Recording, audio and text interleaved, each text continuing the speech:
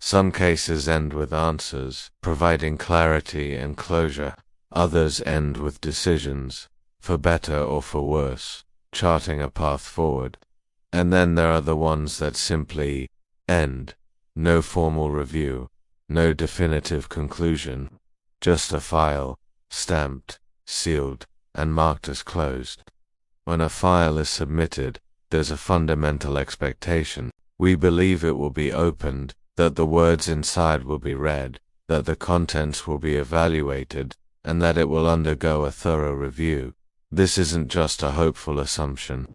It's an expectation that is built into the very fabric of the system itself. Every form we fill out, every document we send, carries this implicit promise of consideration. We trust that the process is designed to lead to an outcome, that our submission will be seen and judged on its merits. This belief in the process is what allows us to engage with large, often impersonal institutions. We expect a beginning, a middle, and an end, a journey through the system, but sometimes that journey is cut short in ways we don't anticipate, stopping before it ever truly begins. Institutions, especially large ones, rely on established procedures to function. These processes are the backbone that helps manage an immense volume of information and navigate incredible complexity.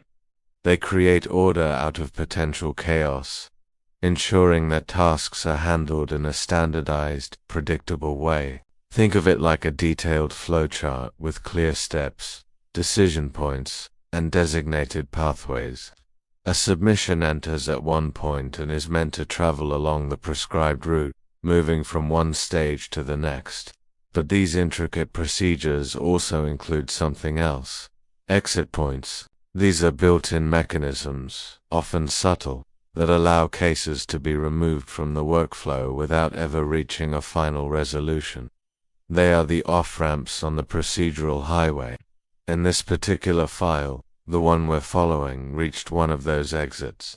It was diverted from the main path and guided toward a premature end, bypassing the stages of review it was designed to go through. The file was not rejected. A rejection would imply it was reviewed and found wanting. It was not approved, which would signify it met the necessary criteria. Instead, it was simply closed, an administrative action, swift and silent. No explanation accompanied this closure. There was no letter detailing the reasons, no email outlining next steps. No follow-up was ever scheduled. For anyone looking from the outside, the file, and the story it contained, just vanished into thin air. It disappeared from active queues and pending lists, absorbed back into the massive, silent archives of the institution. It's a quiet finality, an ending without a narrative. One moment it exists as a possibility, a question awaiting an answer, and the next, it is gone, as if it were never there at all. The system had moved it from pending to past without ever engaging with its present. So, why did a review never happen? What prevented this file from being seen? The reasons are rarely dramatic.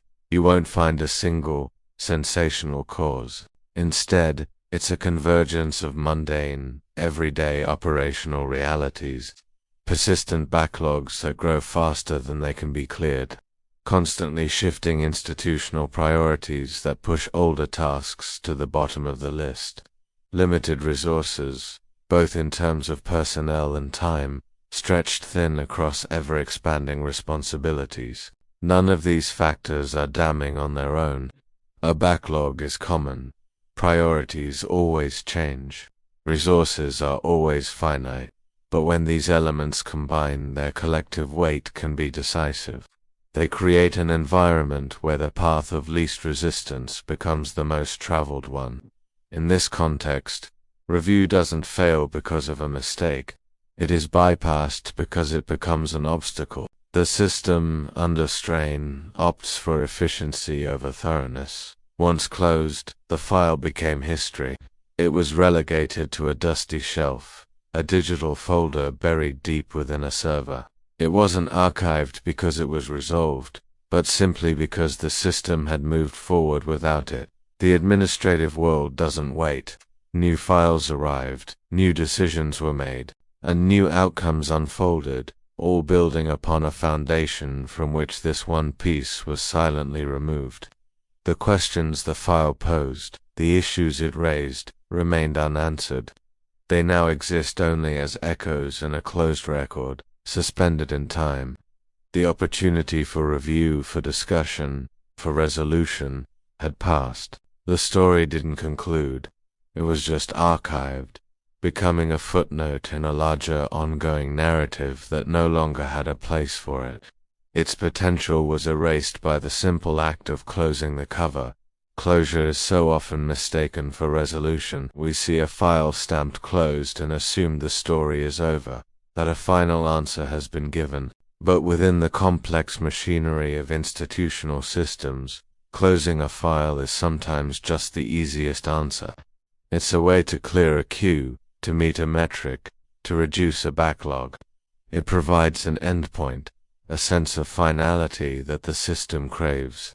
This action isn't taken because it is the right thing to do, or because it addresses the substance of the case. It is done because it is final.